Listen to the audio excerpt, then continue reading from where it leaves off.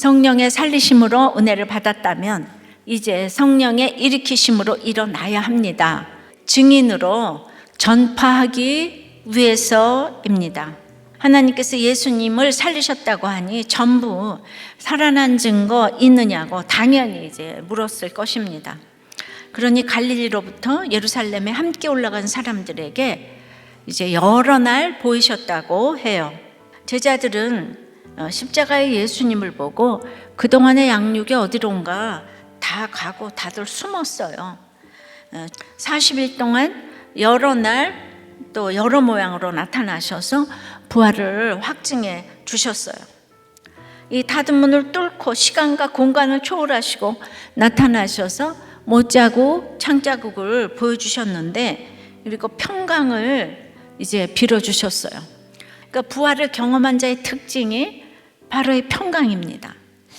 근데 야망이 있는 사람은 이 평강을 누리지 못합니다. 그래서 유대인들을 두려워하는 제자들에게 와서 평강을 빌어주는 거예요. 그러니까 이제 후에는 12제자 모두 성령 받고 그 주님이 와서 이제 이렇게 그 양육을 해주시니까 일으키심을 받아 부활의 증인으로 다 십자가형 참수형으로 이렇게 증인이 되게 하셨어요. 또 주님을 떠나지 않고 끝까지 있었더니 증인이 되게 하셨습니다.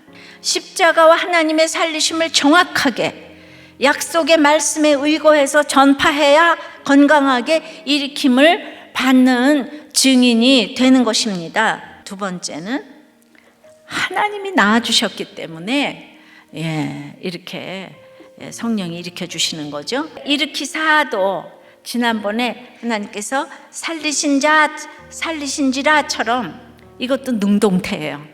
하나님이 살리셨으면 일어나야 돼. 하나님이 조상들에게 하신 약속을 예수 그리스도를 죽음에서 살리시고 일으키심으로 하나도 남김없이 다 이루어 주셨어요. 여기서 오늘 너를 낳았도다, 오늘이라는 말은 하나님께서 그리스도를 사망에서 일으켜 부활하게 하신 때를 의미합니다. 이를 굳이 오늘로 표현한 것은 시간을 초월하여 존재하시는 영원하신 하나님께 있어서는 모든 시간이 오늘이 될 수 있기 때문이에요. 450년 참을 때 하루를 잘 살면 그게 450년 우리가 참는 거예요. 이 땅은 예수가 없으면 다 허사를 경영해요.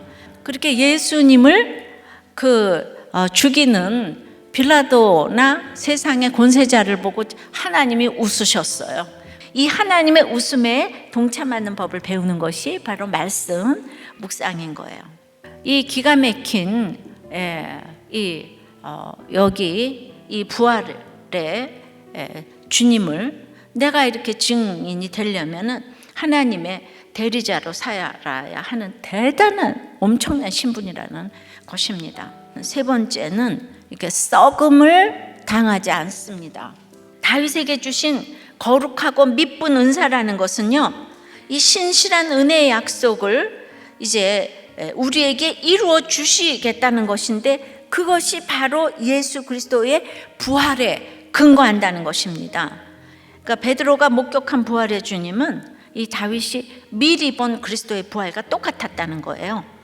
죽음과 약속과 부활을 미리 본다면 이것이 믿음이고 복입니다.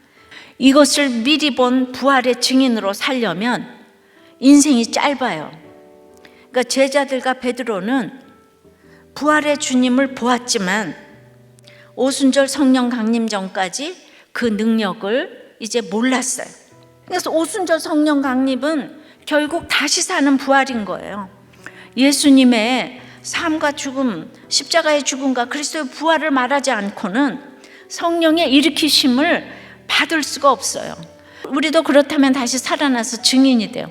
이제 예수님이 나를 위해 죽으시고 사흘 만에 살아나시고 구원자가 되셨다고 날마다 외쳐야 되는 거예요. 그리스도의 부활은 영원한 생명으로 다시 태어나는 것과 같고, 그의 부활은 그래서 두 번째 탄생인 거예요. 그러니까 다 다시 사는 것 같다 그러는 거예요. 거듭나면 다 다시 사는 것 같대. 죄사함과 의롭다 하심을 얻는 거예요. 구속사가 예수님의 이야기고, 그러니까 예수로 말미암지 않고 우리 죄 사함을 알 수도 없고 의롭다 하심을 얻지도 못하는 거예요. 모세의 율법으로는 아무리 노력해도 안 되는 거예요. 또 예수 그리스도에 주어지는 의로움이 아니라면 누구도 의로워질 수 없고 죄 사함을 받을 수가 없다. 바울처럼 정말 그 예수로 시작해서 예수로 끝나는, 문자적으로도 예수님 얘기를 이렇게 지금 많이 했어요. 우리는 나는 죽지 않고 환경이 바뀌기만을 바라는 거예요. 그래서 두려워요. 정답은 내가 변하는 건데 환경이 변하기를 바라는 기도는 이게 성경적인 게 아니에요. 성경대로 기도를 하면 하나님의 말씀은 살아 공동력이 있어서 나에게 평강이 옵니다. 십자가를 거쳤기에 부활이 오는 거예요. 하나님께서는 항상 나를 훈련하기 위해서 등장하는 이 몽둥이가 있다고 하세요. 그 몽둥이는 나보다 더 악한 존재예요. 내가 악하기 때문에 반드시 나보다 하나 더 악한 사람과 사건으로 훈련을 시키십니다. 이렇게 원리를 알면 해석이 되어서 어떤 환경에서도 일으키심을 받습니다. 살리심을 받았다고 가만히 있으면 안 돼요. 그래서 일어나서 복음의 증인이 되어 하나님이 나를 낳아주셨다고, 나는 썩음을 당치 않는다고 외치고 전파를 해야 될 줄 믿습니다.